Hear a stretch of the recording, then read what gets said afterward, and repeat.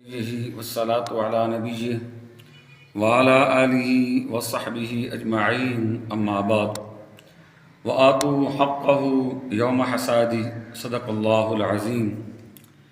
محتشم سامعین و ناظرین محترم، آج کل گندم سرسوں کے علاقوں میں اس کا سیزن ہے، تو آج کی یہ جو گفتگو ہے وہ عشر کے حوالے سے ہے کہ عشر کس پر واجب ہے، کس کو دینا چاہیے، ٹھیکیدار دے گا یا مالک زمین، اور جو آدمی عشر ادا نہیں کر سکتا یا نہیں کرتا ادا تو اس پہ وبال کیا ہے، یہ آپ سماعت فرمائیں گے اس ویڈیو کے اندر۔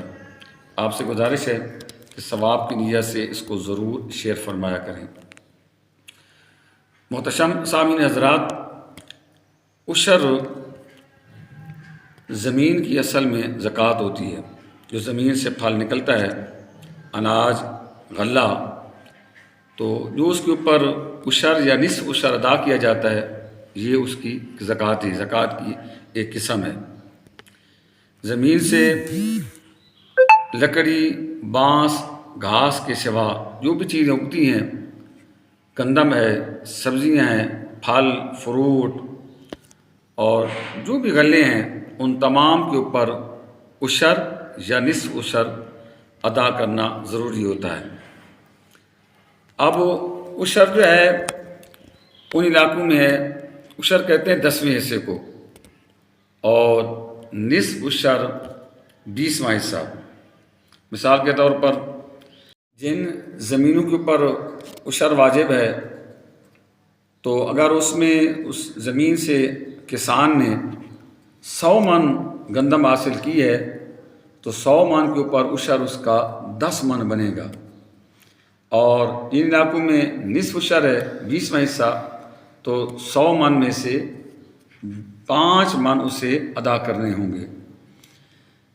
عشر ان علاقوں میں، ان زمینوں کے اوپر جو زمینیں جن سے کسان بھائی ہمارے گندم یا دیگر اناج حاصل کرتے ہیں، مونگ پھلی وغیرہ، جو زمینیں بغیر مشقت کے پانی کے، ٹیوب ویل وغیرہ یا جو مختلف ذرائع ہوتے ہیں پانی کے لانے کے، جس کے اوپر خرچہ آتا ہے، اس کے بغیر وہ حاصل کرتے ہیں۔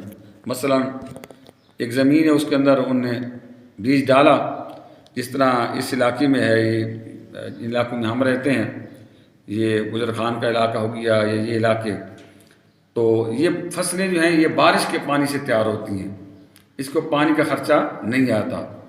تو جو فصل بارش کے پانی سے تیار ہو، اس کے اوپر پانی کا خرچہ نہ آئے تو اس کے اوپر عشر ہے، یعنی 10واں حصہ، تو یہ 100 من میں سے 10 من نکالیں گے۔ اور جن علاقوں میں زمینوں کے اوپر پانی کے اوپر خرچہ آتا ہے تو اس میں نصف عشر یعنی 100 من میں سے 5 من آپ نے ادا کرنے ہوں گے۔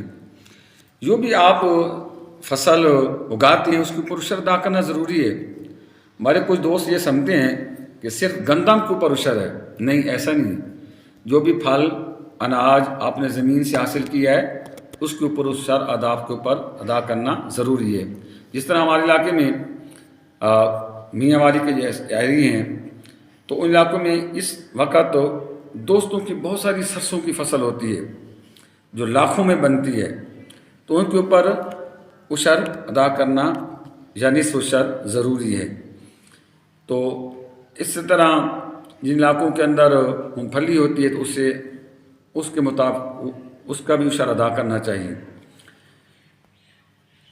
یہ جو صدقات ہوتے ہیں، زکوٰۃ، رسول اللہ صلی اللہ علیہ وسلم نے فرمایا کہ یہ ایک میل ہے۔ میل سے حضور نے مثال دی ہے کہ زکوٰۃ مال کی میل ہے، جب ادا کر دی جاتی ہے زکوٰۃ یا عشر ادا کر دیا جاتا ہے تو میل دور ہو جاتی ہے، مال صاف و پاک ہو جاتا ہے۔ اس کو مثال کے ساتھ میں آپ کو سمجھانا چاہتا ہوں۔ یہ جن علاقوں میں گڑ بنتا ہے، گڑ آپ اس کے اوپر غور فرمائیں نا، تو ایک بڑا سا کڑھاو ہو، جو ہے وہ ڈالتے ہیں آگ کے اوپر، اس میں وہ ڈالتے ہیں گنے کا رس جو ہوتا ہے، تو اس کے اوپر سے ایک میل نکلتی ہے. اب میل کو اٹھا کر وہ علیحدہ کرتے ہیں تو نیچے سے گڑ صاف ہو جاتا ہے. میل ہٹائی گئی، گڑ صاف آ گیا. تو حضور نے اس کو میل کے ساتھ مثال دی ہے کہ جس طرح اس میل کو علیحدہ کیا گیا تو نیچے سے گڑ صاف نکل آیا ہے، شفاف آ گیا، لیکن گڑ میں کمی بھی نہیں آئی. تو اس طرح جب زکوٰۃ مال سے ادا کر دی جاتی ہے یا عشر ادا کر دیا جاتا ہے تو میل دور ہو گئی، مال پاک ہو گیا، صاف ہو گیا. اس میں اللہ تعالیٰ برکت بھی عطا فرماتا ہے. جس طرح میل کو دور کرنے سے گڑ نہیں کم ہوتا، اس طرح مال بھی کم نہیں ہوتا، بلکہ اللہ تعالیٰ اس میں برکتیں عطا فرما دیتا ہے. اللہ تعالیٰ جل جلالہ نے سورہ انعام پارہ نمبر 8 آیت نمبر 141 میں ارشاد فرمایا ہے وَآتُوا حَقَّهُ يَوْمَ حَصَادِهِ، اس کا حق دو جس دن کٹے، یعنی کھیتی جب کٹ جائے، فصل تمہاری کٹ گئی ہے، تیار ہو گئی ہے، اب اس کے اوپر تم عشر یا نصف عشر ادا کرو. اب جن علاقوں میں ہمارے کچھ دوست ٹھیکے پہ زمین لیتے ہیں، مثال کے طور پر قلعہ ہے، 50,000 کے اوپر قلعہ انہوں نے لے لیا ہے، اور وہ جو مالک زمین تھا اس کو انہیں پیسے دے دیے تو زمین کرائے پہ لے لیے. اب اس کے اوپر عشر کون ادا کرے گا؟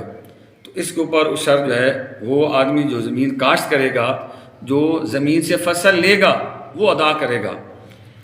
کسان بھائی جس نے زمین کرائے پہ لی ہے، فصل لی ہے وہاں سے زمین سے، تو وہ عشر اس زمین کا، اس پیداوار کا، کل پیداوار کا ادا کرے گا. ہاں کچھ علاقوں میں ایسا ہوتا ہے کہ جس میں چوتھے کے اوپر زمین دی جاتی ہے یا تیسرے حصے کے اوپر. مثال کے طور پر کہ اگر 100 من ہوا، ٹھیک ہے جی، اس میں سے چوتھا حصہ جو ہے وہ 25 من جو ہیں وہ مالک زمین کے، اور 75 من جو ہے وہ کسان کا ہوگا. تو کچھ علاقوں میں ایسا بھی ہوتا ہے. اس میں علماء نے کسانی پیدا فرمائی ہے کہ شریعت مطہرہ کی روح کے مطابق کہ جو 25 من جس مالک نے لی ہے تو وہ اپنا عشر ادا کرے، اور 75 من جو ہے وہ کسان بھائی جس نے زمین حاصل کی تھی تو وہ ادا کرے. یعنی 100 من میں سے 25 من جو چوتھے پہ زمین تھی وہ مالک لے گیا تو 25 من کا عشر ادا کرے گا، اور باقی جو بچے ہیں 75 من تو وہ اس کا جس نے زمین جو ہے وہ لی تھی چوتھے پہ وہ ادا کرے گا. اس کو آپ آگے سے ترتیب دیتے جائیں، جتنی بھی رقم بن جائے. اگر لاکھ روپیہ ہے تو عشر اس کا جو ہے وہ 10,000 بنے گا، اور اگر نصف عشر ان علاقوں میں ہے تو 5,000 بنے گا. رسول اللہ صلی اللہ علیہ وسلم نے فرمایا کہ جو قوم زکوٰۃ نہیں ادا کرتی مال میں تو اس قوم کو قحط میں مبتلا کر دیا جاتا ہے. او کما قال علیہ السلام. اللہ تعالیٰ جن دوستوں کو یہ فصلیں عطا فرمائی ہیں انہیں عشر ادا کرنے کی اللہ تعالیٰ توفیق عطا فرمائے. جو زکوٰۃ جن کے اوپر ضروری ہے تو وہ اپنے مال سے زکوٰۃ ادا کریں، اللہ ان کو توفیق عطا فرمائے.